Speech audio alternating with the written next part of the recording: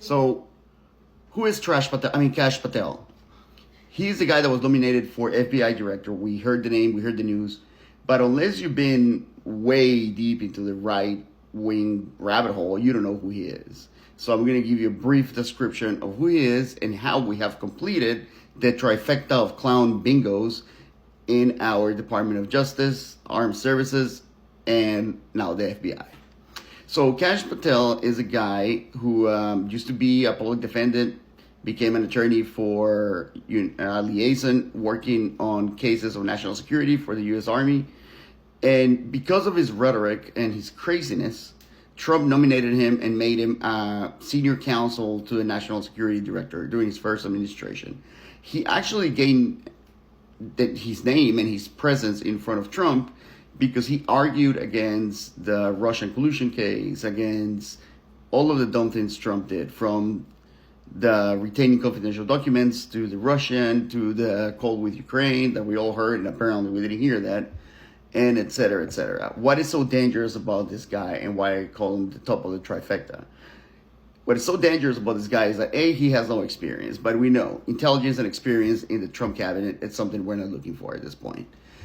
But he's a guy who believes in the deep state and all the conspiracy theories, that they're coming after the right wingers, and that he has actually said that he wants to fire more than half of the FBI, and he also said that they should not claim an allegiance to the Constitution, but should be followers of the president, which is what he plans to do with the FBI. This guy is dangerous because he's going to be in charge of the biggest arm of the government that can investigate every single one of us. So now, if you read stories about the secret security or the secret police in communist countries, that's what this guy is.